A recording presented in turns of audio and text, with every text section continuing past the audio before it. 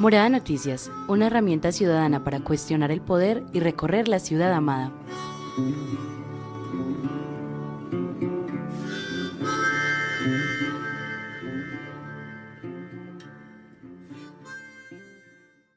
Hola, hola, nuestra audiencia parchada, nuestra audiencia cómplice. Hoy volvemos otra vez con toda la energía en esta voz de soñadores y de soñadoras para reportarles una ciudad que a veces es odiada y tantas veces es amada. Hoy vamos a empezar con el tema de una nueva tutela a Medellín Me Cuida, que es una estrategia de datos, de virtualidad, de comunicación para la época de COVID-19 ahora, pero hay ciudadanos que se sienten vulnerados sus derechos de los datos, de la intimidad. Luego vamos a saber qué tienen crisis a 80 trabajadores del Parque de las Aguas, cuáles son las instituciones ahí que están cancelando contratos y por qué. Y volvemos con el tema de las aguas, esta vez la quebrada Picacho, y nos dicen que va a haber reasentamiento de familias, que las van a poner en otros lugares, que las van a reubicar. Hay que ponerle mucho ojo a eso. Y hoy también tenemos, esta semana quedó con ñapa, con Chicho en la opinión política, porque tenemos que interpretar qué está pasando con la alcaldía, tenemos que ponerle el ojo y esa opinión política nos hace mucha falta. Y llegamos con Adolfo Martínez, hoy también contratista de espacio público de la alcaldía de Medellín, para hablar lo que ha sido el espacio público, sus distintas temporadas en esta época de pandemia y también entender qué es lo que pasa ahí, como con algunos intermediarios, los que guardan las carretas, los que hacen los audios, los que entregan el producto. Y hoy vuelve también mi columna favorita de Juan Camilo Álvarez con los deportes. Y para finalizar, una cosa que nos pone muy orgullosos de Editores de Ciudad, de la Escuela de Crítica de Opinión, que hoy vienen a hablarnos sobre el metro con un podcast que queda más grande. ¿Cómo están mi compañera Yurani, Juan Pablo, Juan José? Y vamos a darle paso a Juan Pablo, que va a empezar con esta nueva tutela a la app de Medellín Me Cuida. Lucas, un saludo especial para vos, también para Yurani y para Juanjo, un saludo también muy especial con un abrazo para Laura que no nos puede acompañar hoy y mañana, un abrazo para toda la ciudad, como siempre un abrazo para mi amigo ese, mi hermano, es un placer poder saludarte todos los días, yo sé que estás en campaña, en pre-campaña presidencial, pero bueno, y sí, como lo decís, nos toca empezar hablando otra vez de Medellín Me Cuida, otra vez de la alcaldía, porque siguen las sospechas sobre la idoneidad de la plataforma, esta vez con una nueva tutela. El pasado 8 de junio, el Juzgado Noveno Civil Municipal de Medellín admitió una tutela puesta por varios defensores de derechos humanos de la ciudad contra la alcaldía y el alcalde Daniel Quintero por violar varios derechos fundamentales con la plataforma Medellín Me Cuida. En específico, los derechos afectados según estas personas son los de la intimidad personal y familiar, la prohibición de registro de medio de comunicación privado sin orden judicial, la circulación y residencia, la alimentación, el mínimo vital y la vida digna por la imposición de registro obligatorio en la base de datos impuesta por la alcaldía, los registros en centros comerciales y los registros en comercios independientes. Hablamos con Isaac Buitrago, abogado defensor de derechos humanos y uno de los tutelantes. La coyuntura ha transgredido muchos elementos, tanto las medidas del gobierno nacional como las medidas del gobierno local.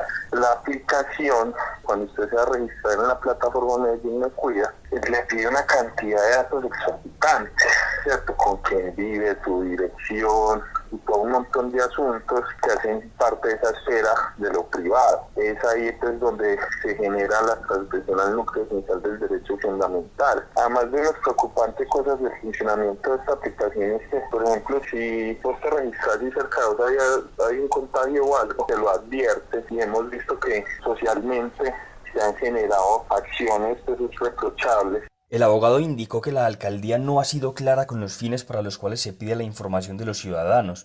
En ese sentido, nos habló también de las actuaciones inadecuadas que podría realizar la policía con la facultad que les da el decreto para revisar los celulares de las personas. No es clara los fines para los cuales se están pidiendo toda la información. Nosotros lo advertimos de la tutela y es que se denuncia como una medida de salud pública, pero en el mismo decreto dice que esto podrá ser usado a futuro para efectos de seguridad y convivencia. Entonces mira que lo de la esfera de la intimidad es muy importante. Ahora, el registro de dispositivos móviles es porque la medida también faculta a las autoridades para que a través de esa aplicación estén verificándonos los registros y todo eso. Que vino para la circulación en Colombia y la ley de circulación no tendría por qué descargar su dispositivo móvil y menos ponerlo a disposición constante de la policía, y menos una policía como la colombiana que es experta en transgredir derechos fundamentales. Para Buitrago, las acciones de la alcaldía deberían estar más enfocadas en fortalecer la red hospitalaria de la ciudad, tomar medidas más efectivas en desinfección y actuar con coherencia. ¿Qué tendrían que estar haciendo? Fortaleciendo la red hospitalaria de salud, tendrían que estar tomando medidas más fuertes de desinfección. Mira que es que el alcalde no guarda coherencia, porque pone estas medidas, pero va a levantar el pico y cédula el día sin IVA. Entonces, ¿cómo es la situación ahí? Si miras lo que te estoy diciendo, la incoherencia del gobierno. Según la Corporación Jurídica Libertad, legalmente Quintero no puede ordenar que nadie se registre en las plataformas de manera obligatoria.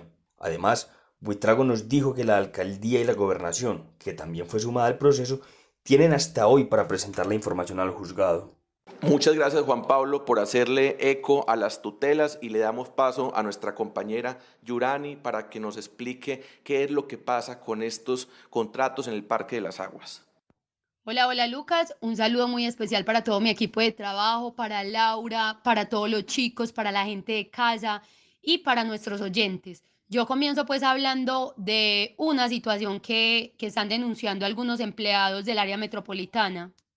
Empleados del Parque de las Aguas, entidad que pertenece al área metropolitana del Valle de Aburrá, denunciaron que desde el 30 de abril hasta el 30 de mayo, la nueva administración terminó los contratos de aproximadamente 80 personas que trabajaban para el lugar. Estas personas se manifestaron en las redes sociales del área metropolitana en una campaña para hacer pública esta situación y a su vez pedir respuesta ante este acto que los deja sin un sustento durante la crisis sanitaria. Sin embargo, según nos indicaron, los comentarios fueron eliminados inmediatamente de la publicación. En Morada pudimos constatar que los comentarios fueron eliminados y los perfiles de estas personas fueron censurados en el Facebook del área metropolitana. Hablamos al respecto con una de las personas perjudicadas, vocera del personal despedido, la cual llevaba 11 años laborando para el parque y quien nos pidió reservar su nombre. Con esta administración simplemente se acabó el contrato, decidieron que el parque esta vez pues en vez de una cooperativa u otra empresa se lo iban a entregar a Metroparques, pero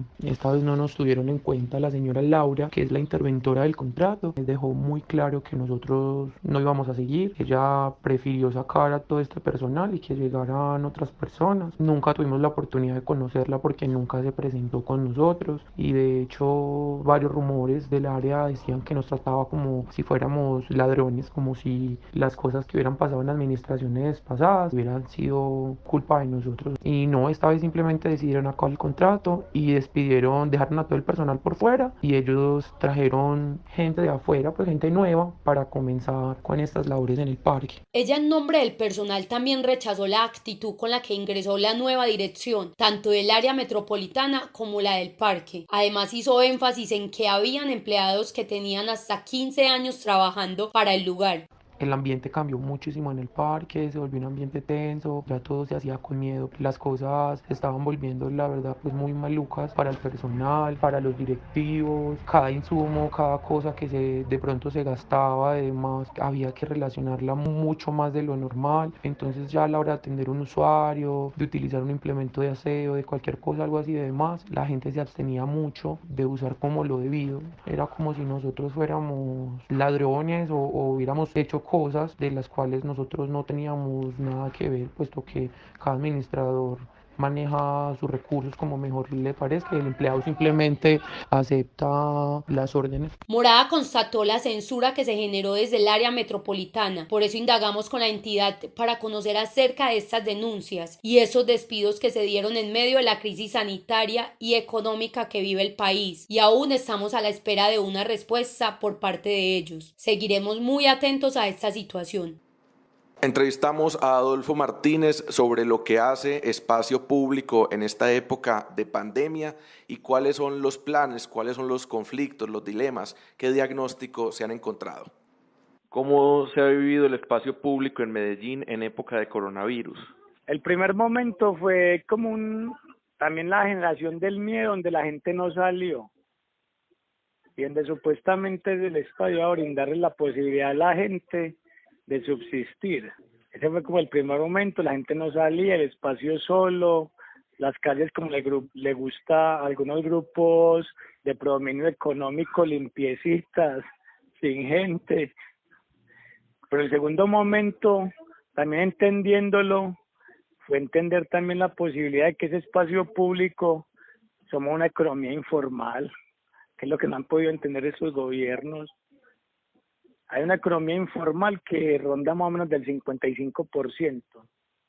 Y entender esa economía informal significa entender que precisamente la gente empezó a tener que necesitar subsistir y que este COVID en gran parte desapareció la clase media y empezó a plantear que yo creo que habían dos posibilidades, los ricos y los pobres. Eso fue lo que permitió el COVID.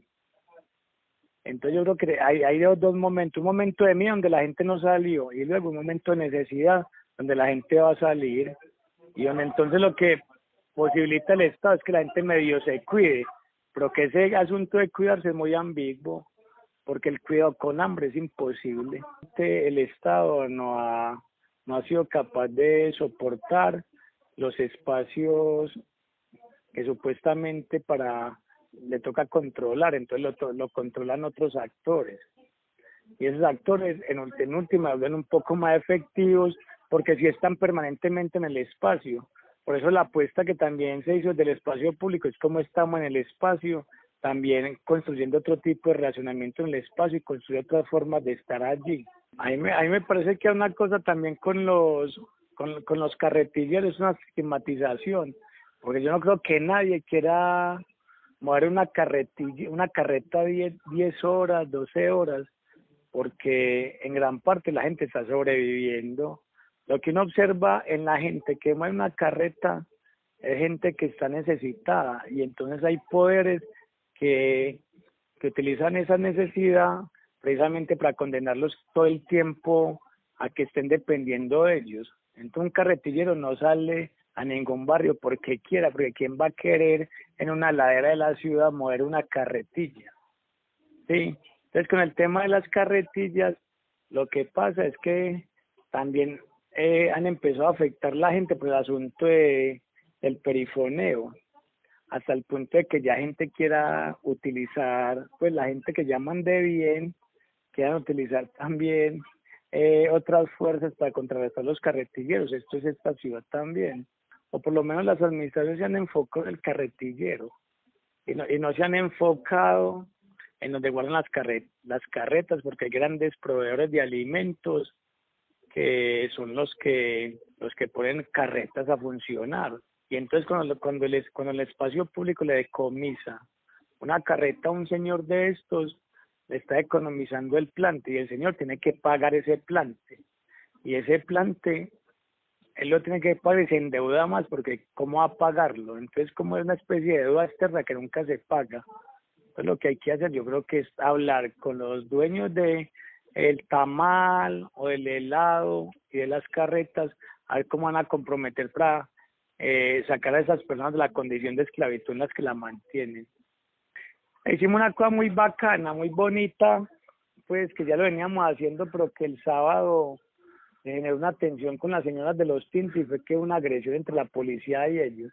Producto de ellos pudimos hacer un acuerdo muy bonito donde lo que nos dimos cuenta es que las señoras que venden los tintos no son ni dueñas de sus propias instrumentos donde venden los tintos. Entonces hicimos un acuerdo, hicimos una limpieza donde la señora les decimos hagan parte del espacio que habitan y a partir de ahí como le empezamos a proponer interviene que ellos sean dueñas de sus propios objetos para trabajar, para que no dependan de terceros. Y la gente empieza a creerse que es posible y la gente empieza a cambiar la relación mental de decir que eso sí, que eso no se puede decir que sí se puede.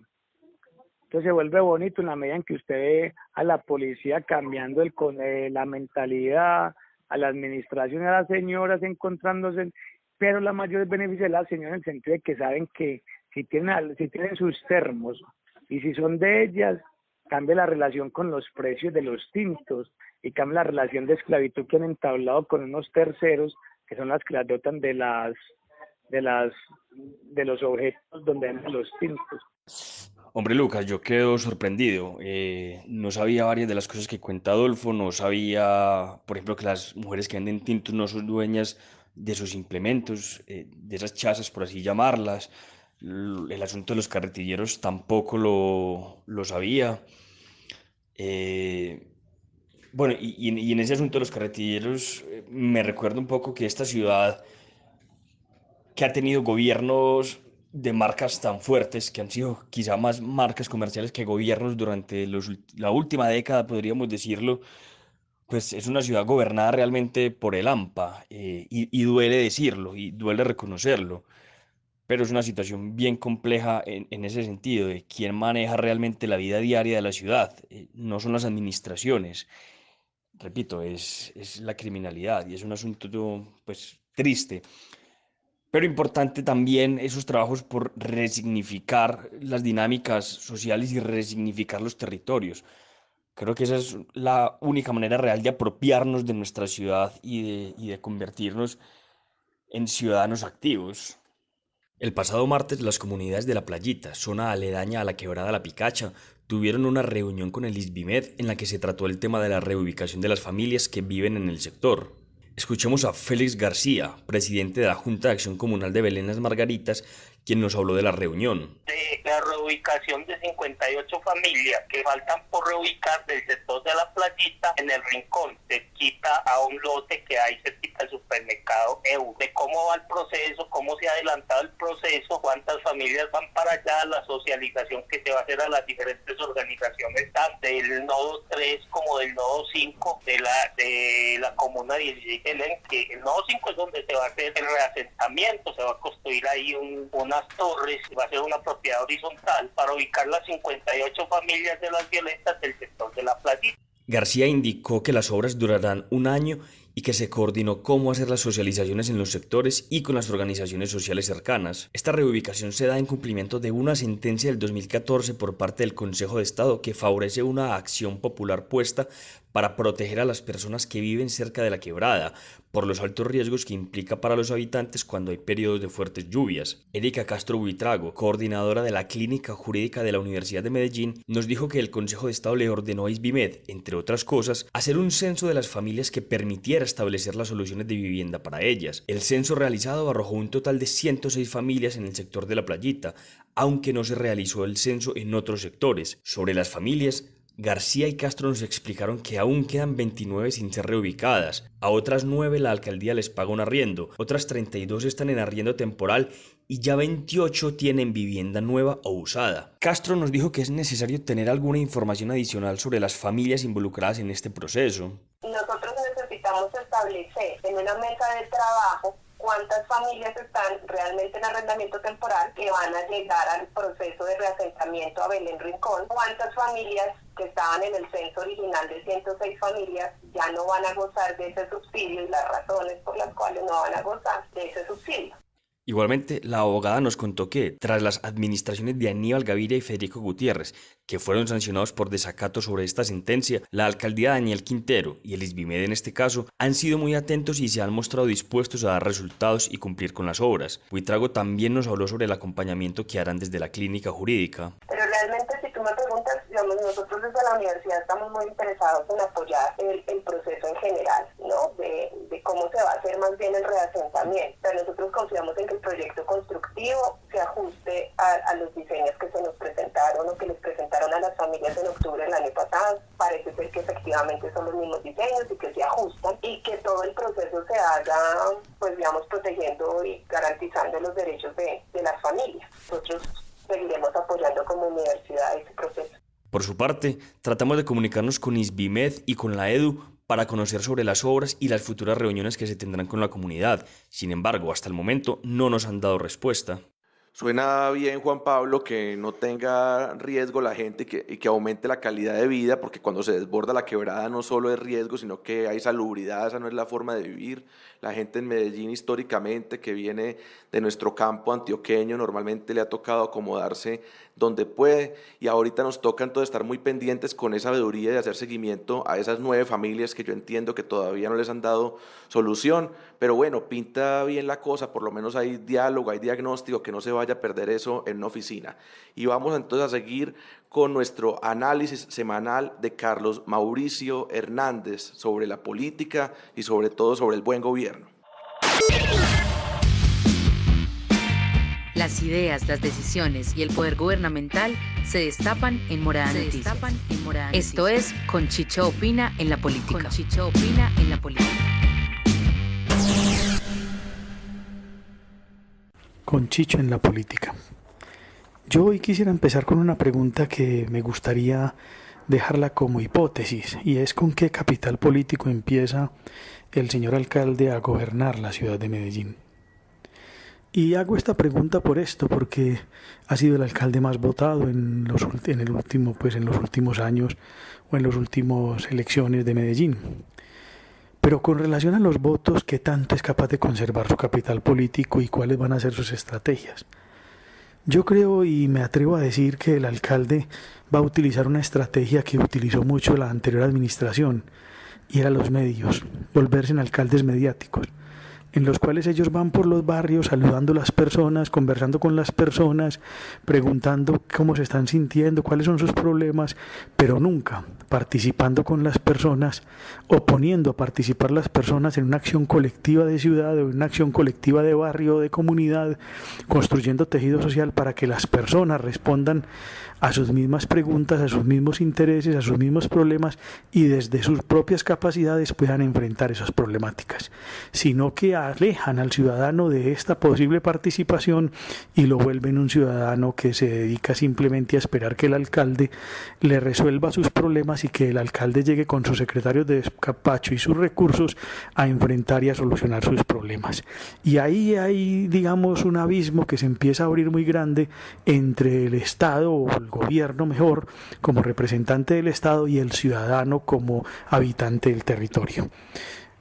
Otra cosa que a mí me gustaría dejar claro es que hay 2 denuncias esta semana que me preocupan y que yo creo que habría que prestarles atención. Una es la denuncia que hace la emisora W Radio con 22 funcionarios del municipio de Medellín que aparentemente pueden tener situación de nepotismo. Nepotismo, recordémosle al oyente, que es la participación de personas familiares de altos funcionarios que ocupan otros cargos dentro de la administración municipal. Eso es un tema que complica el buen desempeño de los funcionarios, porque si los funcionarios tienen de pronto relaciones entre ellos mismos y sus familiares, pues eso se empiezan a volver unas situaciones muy complejas, porque el servidor público de carrera administrativa hace todo por obediencia y no se atreve a cuestionar nada, y cuando no se atreve a cuestionar nada y se hace todo por evidencia, no se construye participativa y colectivamente las acciones para mejorar. Y la segunda es el tema de Pescadero y Tuango con las personas que puedan estar infectadas con el virus del COVID-19. Yo creo que no le queda bien al alcalde salir a denunciar eso mediáticamente y no llamar al consorcio y no llamar a su gerente de EPM para solucionar y enfrentar o mejorar los protocolos de bioseguridad y de transporte en donde se esté fallando. Yo creo que los medios hay que utilizarlos más para hacer acción pedagógica y saldo pedagógico hacia el ciudadano, y no para generar más discordia y más problema y más dificultades, sobre todo en tiempos de crisis. Yo creo entonces, para concluir esta pequeña columna y dejarles una reflexión, es qué está pasando con la participación ciudadana de Medellín. ¿Por qué los últimos alcaldes no convocan, no hacen participación ciudadana? ¿O es que está pasada de moda? ¿O es que ya no hay tejido social para construir participación y conjuntamente el enfrentamiento a los problemas que la ciudad tiene? ¿Qué pasa en la ciudad con eso? Muchas gracias. Con Chicho en la Política. Bueno, con esta columna de Chicho, a mí pues me queda por decir que es que Quintero Independiente no tiene nada, y eso lo hemos dicho acá en Morada ya muchísimo tiempo, con todo lo que hemos informado sobre lo que ha hecho esta alcaldía en solo 6 meses que lleva en su mandato. Como lo dijo Chamán ayer y hoy no lo vuelve a decir Chicho en la columna, es que el alcalde diurno, perdón, piensa que yo soy el que manda y ustedes obedecen.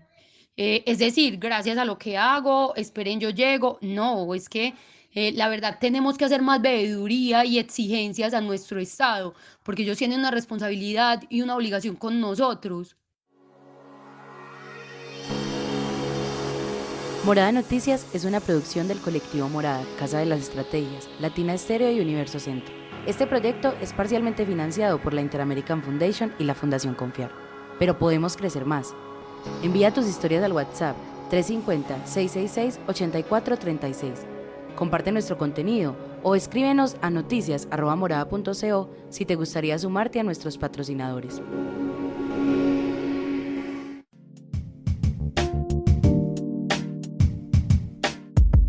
Un minuto de vida, porque nada justifica el homicidio. A esta ciudad lo que le hace falta es un minuto de vida, algún día, cada hora con sus 60 minutos.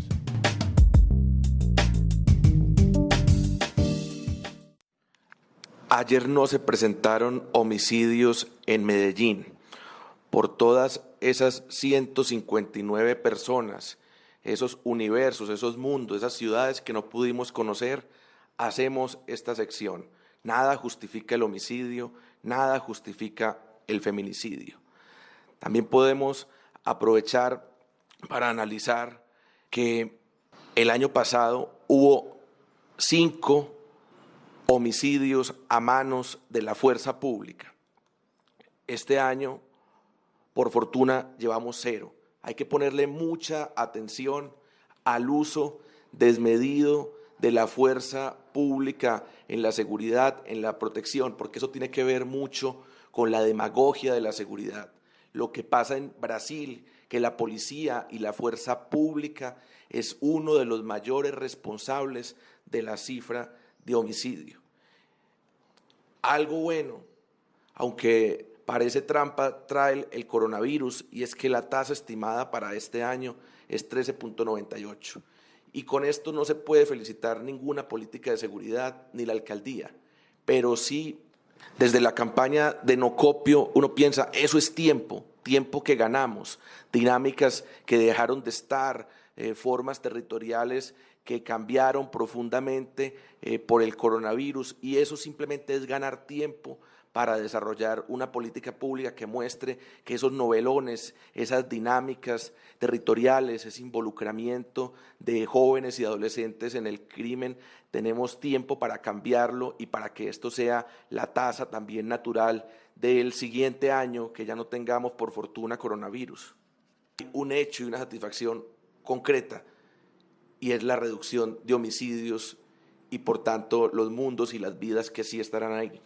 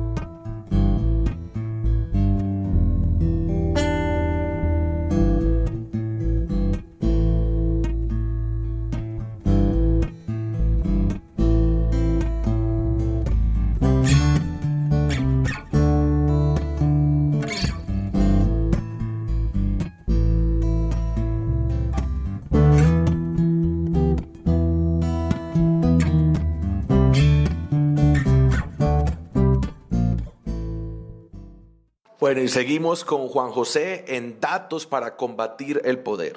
Muy buenas tardes a todos los oyentes de Morada Noticias. Hoy es un jueves muy deportivo para nuestro equipo, y esto lo digo porque aparte de tener la columna de Juan Camilo Álvarez, yo también me voy a dedicar a hablar de una Gran pelea política que hay en este momento en el mundo del fútbol, exactamente con la DIMAYOR. Sí, esa que administra y reglamenta los torneos de fútbol profesional en Colombia. Resulta que Jorge Enrique Vélez, el presidente de la división mayor del fútbol colombiano, DIMAYOR, es amigo fiel de Vargas Lleras y simpatizante de Cambio Radical, tiene enojados a al menos 17 clubes de Colombia. Pero bueno, primero lo primero, así comienzan estos datos para combatir al poder.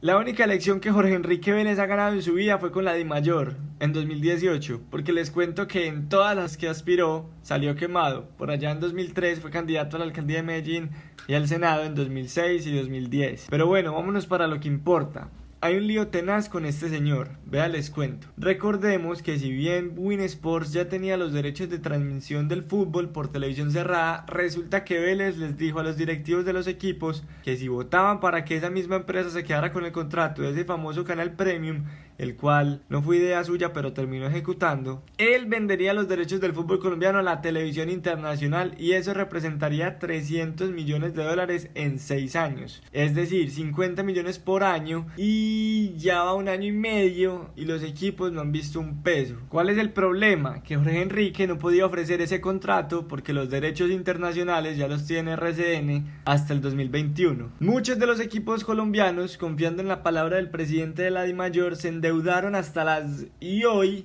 están al borde de la quiebra, porque sin esa plata y con la crisis por la cancelación de los torneos debido a la pandemia, al parecer no tienen cómo suplir todas sus responsabilidades. Según Vorágine, a Jorge Enrique Vélez lo mantienen en la presidencia de la DIMAYOR unas personas en específico. ¿Quiénes? Tulio Gómez, dueño del América de Cali, Raúl Giraldo, dueño del Independiente Medellín, Jaime Pineda del Once Caldas y por supuesto el peso pesado que sostiene a Vélez es Atlético Nacional, quien tiene al frente a la organización Ardila Lule, dueña del 50% de Win Sports. Con la presión que tiene Jorge Enrique de los clubes, se le dio por construir un protocolo de bioseguridad para presentarlo al gobierno y así analizar el regreso a las canchas en medio de la pandemia. Lo que pasa es que este señor iba a hacer otra vez de las suyas y propuso que la empresa de un amigo muy cercano implementara todas las medidas sanitarias. Les cuento, oyentes, que Vélez hasta violó los estatutos de la Federación Colombiana de Fútbol, los cuales dejan muy claro que no se puede mezclar con la política. ¿Por qué digo esto? ¿Recuerdan cuando Álvaro Uribe quería meterse en el tema del regreso de este deporte? Fue nada más y nada menos porque nuestro gordito lo invitó para así hacer más presión. ¿Y qué pasó? Que ahora el ministro del Deporte, Ernesto Lucena, informó que se niega a tener a Vélez como interlocutor durante las crisis, por lo que el único contacto válido con el gobierno es ahora don Ramón Jesurún, presidente de la federación. Entre los equipos que están pidiendo la salida de Jorge Enrique Vélez están Santa Fe, Equidad, Cortuluá, Llaneros, Huila, Águilas Doradas, Jaguares, Patriotas, Cúcuta, Tigres y Envigado. Y hasta acá les dejo estos datos. En realidad Vorágine nos cuenta todos los escándalos en que está implicado el presidente de la DIMAYOR, pero nosotros por tiempo no podemos narrarlo todo. Por eso vayan, chismoseen y vean pues el negocio que tiene o que ha formado este señor con el deporte rey. Nosotros por el momento nos seguimos preguntando si este será el fin de Vélez al frente del fútbol profesional colombiano. Bueno, esperen, y como dato adicional, el último plazo que tiene Vélez para cumplir su promesa, esa de la platica que le tiene que dar a los equipos, es el 20 de junio de 2020. Con esos datos solo me pregunto qué más se puede esperar de un íntimo amigo de nuestro querido expresidente. A ver, cuando este señor asumió la presidencia de la DIMAYOR, que fue en 2018, como ya nos lo dijo Juan José, yo recordé cuando la Corte Suprema de Justicia le abrió una investigación por las declaraciones en las que el extraditado el jefe paramilitar, el Tuzo Sierra, sí, aseguraba que lo había apoyado con dineros en la última campaña al Senado. Eso fue algo que, pues, revolucionó mucho la opinión pública, pero como es de esperarse en este país, a los 2 años la fiscalía cerró la investigación. Por otra parte, algo que me parece muy irónico es que Vélez le pida ayuda al gobierno para los equipos de fútbol por la crisis que están viviendo pues por esto del coronavirus. Bueno, hasta ahí todo bien, porque uno comprende que todos los sectores económicos están graves, pero recuerdan cuando este señor en 2019 dijo algo como que somos una empresa privada, si el gobierno quiere fútbol para los colombianos, ¿a dónde le mando la factura? Porque gratis no puede ser. En serio, esas palabras a mí me impactaron mucho porque algunos congresistas habían propuesto que algunos partidos fueran pues transmitidos por la televisión abierta, pensando en que muchas personas no tienen para pagar esos 30.000 pesos mensuales que ahora vale la suscripción al canal Premium. Este de Win Sport, entonces como muy irónico y esperando que sea el fin de Vélez en la DIMAYOR. Esta es la canción del día, patrocinada por Ciudad Frecuencia.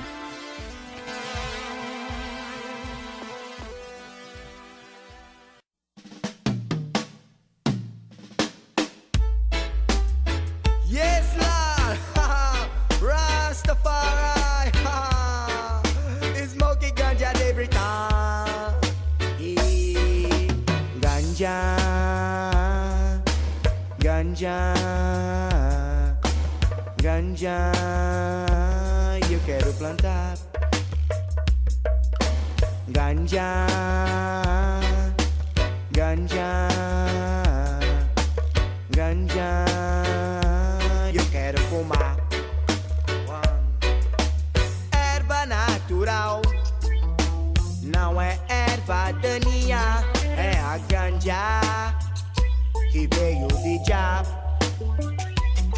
Ela é fácil de plantar, basta ter a coragem pra enfrentar a Babilônia. Fire, isso é justiça. More fire, ganja, yeah, ganja, ganja, eu quero plantar. Eu não preciso de cigarro, não. Eu não preciso de cachaça, não. Eu não preciso das drogas, não. Eu não preciso da maldade, não. Eu só preciso é do Pai e ganja. Eu só preciso é de Jah e ganja. Eu só preciso é louvar ao mais alto Pai. Eu só preciso é fumar da erva ganja, ganja, ganja. Eu quero plantar. Ganja, ganja, ganja. Eu quero fumar. Boom, boom, boom, Babilônia, vai amor. Porque aqui você não vai dominar enquanto a lei de Jah estiver a governar. Em nossos corações estamos a acreditar que Monte Zion, Etiópia, é o lugar onde iremos receber a nova missão de Jah para nos livrar desse sistema que tá a destruir, que tá a matar, que está a destruir toda a família. Esta população que vem a ser minha família. Aí, Babilônia, se liga, o seu tempo está contado no ar. Está contado no ar. Se liga, está contado no ar. Babilônia, Fireborn vai queimar. Ganja, ganja, ganja. Eu quero plantar. Ganja, ganja, ganja. Bueno, y en esta pausa de mediodía escuchábamos el tema Ganja de la banda Llanta Studio para animar un poquito esta tarde de jueves y para darle música a este noticiero parchado. Hoy les hemos hablado, queridos oyentes, de la tutela que le pusieron al alcalde Daniel Quintero y de la alcaldía por Medellín Me Cuida. Nuevamente dudas sobre esta plataforma. También les hemos hablado sobre un despido de cerca de 80 personas que hubo en el Parque de las Aguas. Al parecer el área metropolitana está cambiando las dinámicas de contratación y a todo el personal del parque. Igualmente les contamos sobre la reunión que hubo entre el ISBIMED y la comunidad de las playitas, cercana a la Quebrada, La Picacha, para reubicarlos y para darles un nuevo hogar a muchas de estas personas. Hoy tuvimos nuevamente una columna de nuestro querido Chicho, una columna sobre política y sobre una visión de la ciudad. También tuvimos unas reflexiones de Adolfo Martínez sobre el espacio público y lo que pasa con él en esta ciudad. Y les trajimos nuestros datos para combatir el poder sobre Jorge Enrique Vélez, el presidente de la DIMAYOR, y esas cosas turbias que pasan en nuestro fútbol. Es maravilloso para mí presentar a Camila Uribe con su columna Conexión Académica del Centro de Estudios Casa de las Estrategias. Conexión Académica. La mirada de Casa de las Estrategias sobre investigación, mediciones, teorías y centros de estudios. Con la dirección de Camila Uribe. Hola, hoy les voy a hablar sobre formas de medición que hay para prevenir también la corrupción, que es un tema que nos ha interesado mucho en Morada Noticias y en Casa de las Estrategias. Entonces, esto es el índice de transparencia de las entidades públicas que es creado por Transparencia por Colombia y es una de las herramientas para prevenir hechos de corrupción en el país a partir de la medición de riesgos de que la corrupción ocurra. Los riesgos de corrupción hacen referencia a las condiciones que pueden ayudar a que ocurran hechos de corrupción. Y los riesgos son más altos cuando, por ejemplo, no hay procedimientos y desarrollos para el control, cuando es poca la difusión y la creación de información de la gestión. Y cuando esto pasa, para los corruptos es mucho más fácil hacer de las suyas, porque no hay nadie vigilando y porque pasan sus proyecticos sin ningún tipo de control. El riesgo que esta medición evalúa es primero un riesgo de visibilidad, que es un poco como cuál es la capacidad para generar y entregar información pública que tiene esta entidad. Un riesgo institucional, que es cuáles son las formas establecidas para tomar decisiones. Y finalmente un control y una sanción, y es cuáles son esos controles a la gestión, y eso también incluye los controles sociales que hacemos los ciudadanos. Los factores que tienen pesos diferentes y así se arma el índice. Entonces queda un numerito entre 1 y 100 para saber qué tan alto es el riesgo. Queda una calificación que termina indicando si estos niveles de riesgo son bajo, moderado, medio, alto o si es muy alto. La última medición se hizo hace algunos años y esto pues también se convierte en una invitación para seguir teniendo este tipo de medidas de control para que las entidades territoriales pues tengan menos posibilidades de tener corrupción. Y así buscar pues también diseñar mejores medidas para el control ciudadano, para tener protocolos y políticas que eviten la corrupción. En la última medición, que voy a hablar específicamente del caso de las entidades municipales, no aparecen municipios que tengan riesgo bajo, entonces ahí nos rajamos. Además, solo 3 municipios de los 38 medidos tienen riesgo moderado. Estos municipios son Pasto, que es el que tiene la mejor calificación de los 38, Pereira y Barranquilla. Luego hay 9 municipios que tienen riesgo medio, 8 que tienen riesgo alto y 8 que tienen riesgo muy alto. Nos rajamos. Aclaro que ni Medellín ni Bogotá estuvieron en esta medición.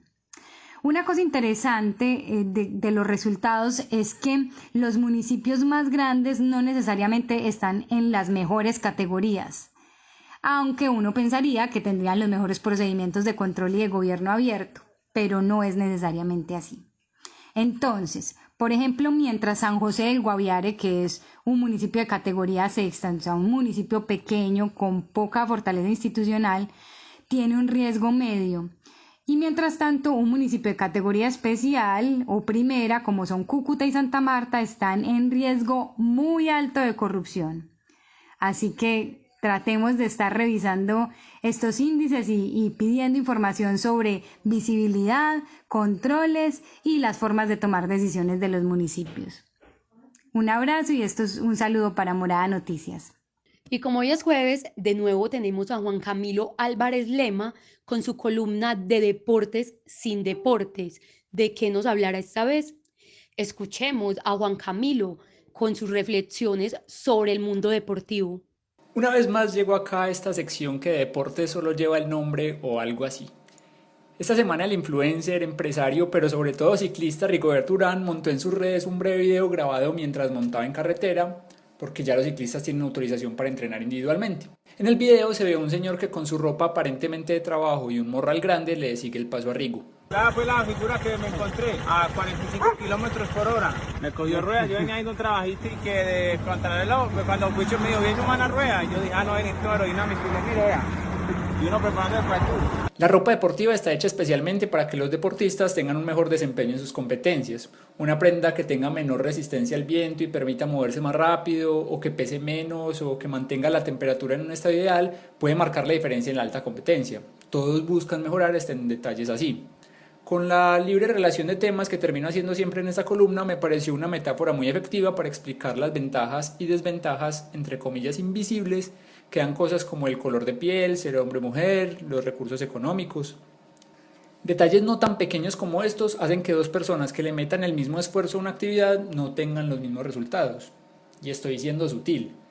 Con los casos reales puede utilizarse la analogía del mismo ciclista compitiendo contra un automovilista que va en su carro de Fórmula 1, que a propósito regresa el fin de semana del 4 de julio en Australia.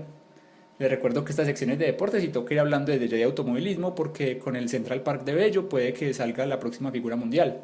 Ese es el futuro, que va a sembrar árboles y esas bobadas.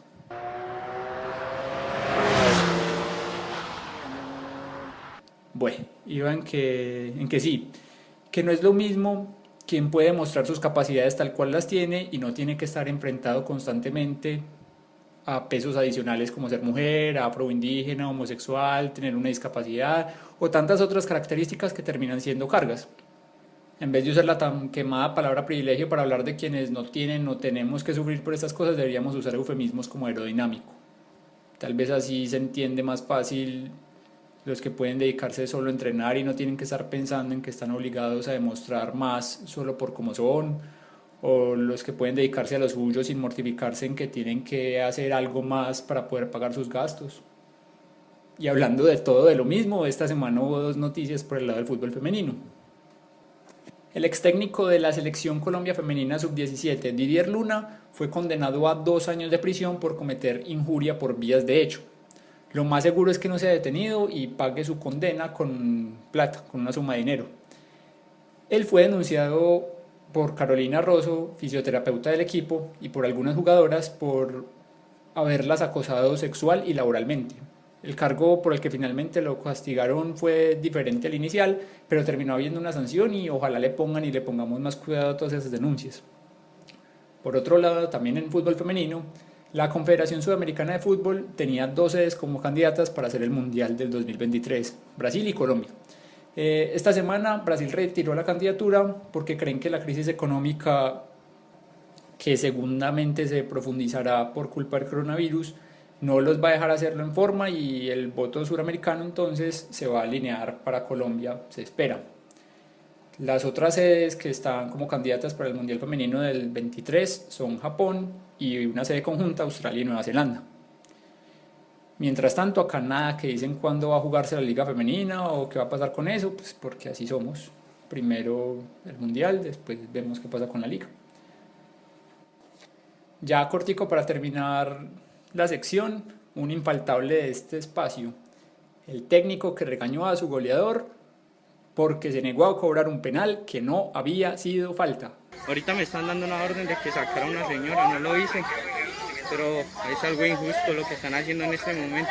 Van a tumbar esas casas de allá, ya estamos en plena cuarentena, ya esa gente la van a dejar desamparada, sola.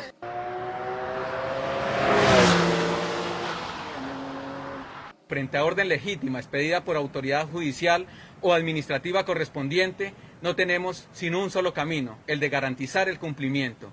Ni el policía, como ningún servidor público, podrá incurrir en una omisión o extralimitación en el cumplimiento de su deber.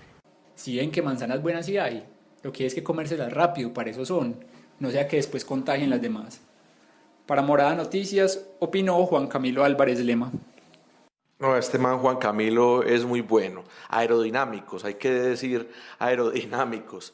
Pero mire, lo importante aquí es que hay un agente del deporte que ha estado vinculado a los movimientos sociales, a la defensa de los derechos civiles, como Mohamed Ali, afroamericanos, afrocolombianos, que nos recuerdan esta fortaleza y nos ayudan desde los referentes de los mismos niños, de los adolescentes, a combatir el racismo. Esa parte me parece muy importante. Y bueno, y hay que seguir supervisando el tema de la policía para que la clase política no siga corrompiendo a los uniformados con todo esto de los ascensos, de mandarlos, de los castigos.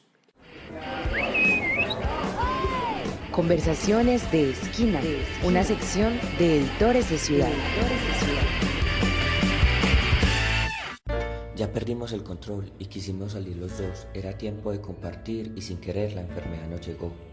Y el metro cerró y por más que quisimos no nos dijimos adiós. La gente perdió el control y el uso de sábanas protectoras en la cara. Se marcharon para continuar diciendo que esto es culpa del gobierno. Y es duro asimilar que en el metro ya no se puede entrar y por más que quisimos ir al cine, ya las entradas se suspendieron. Ni los atentados o el plan Pistola de Pablo se comparan con los asaltos silenciosos de tos y gripe que hay en la ciudad. Ya uno no puede viajar en paz y no tiene la oportunidad de protestar por algo histórico de la ciudad, como cuando murió el Teatro Junín y la gente viajaba en buses y protestaba libremente. Esos tiempos se pararon, ya no se pueden vivir más. Y una amenaza en el 2020 nos obligó a quedarnos en casa y a recibir información falsa. No existe historia tan cruenta que el miedo y la certidumbre de lo que está pasando afuera de nuestros hogares. Es caótico y loco lo que está pasando en el metro. Pues aunque no haya hora pico en el metro, está el temor de viajar con un agente que nos puede disparar y matar sin que uno se diera cuenta. El metro es un arma de doble filo y sin querer uno puede matar al padre de mi madre. Nunca pedí esto y nunca pensé que el metro pudiera matar sin que se diera uno cuenta. Lo único que quiero es salir y ver los miradores. Ya quiero que esto se acabe, como la violencia en Medellín. El 30 de noviembre de 1995 fue inaugurado el Metro de Medellín. Este es la denominación dada a una red de sistemas de transportes masivos que sirve directamente a los municipios de Bello, Envigado, Itagüí, La Estrella, Medellín y Sabaneta, e indirectamente al resto del municipio del Valle de Aburrá, mediante rutas integradas de transporte público. Es operado por la empresa de transportes masivos del Valle de Aburrá y sus dueños son por partes iguales el municipio de Medellín y el departamento de Antioquia. La red cuenta con 2 líneas férreas de tren metropolitano, 5 líneas de teleféricos y una línea de tranvía tipo Traslor. Adicionalmente opera 2 líneas de autobuses de tránsito rápido. Medellín, la ciudad que se destruyó para construir su metro.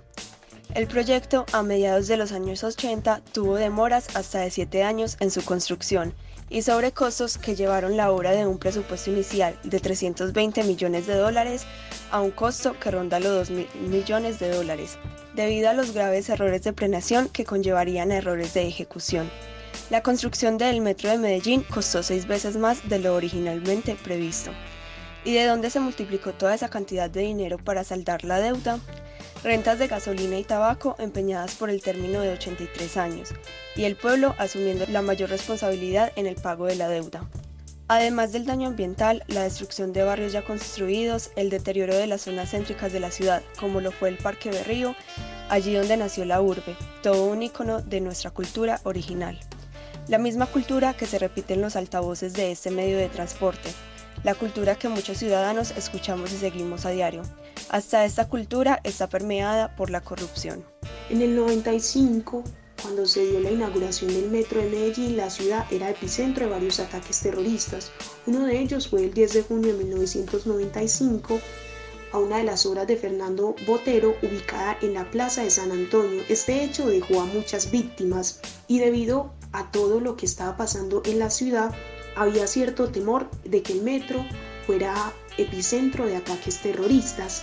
Debido a esto, el sistema Metro de Medellín tomó una medida que fue citar a varios artistas de acá de la ciudad para que pintaran a la Virgen María. ¿Por qué pintar a la Virgen María? En ese tiempo existía un lema de que la madre es lo único que se respeta, a la madre no se le toca.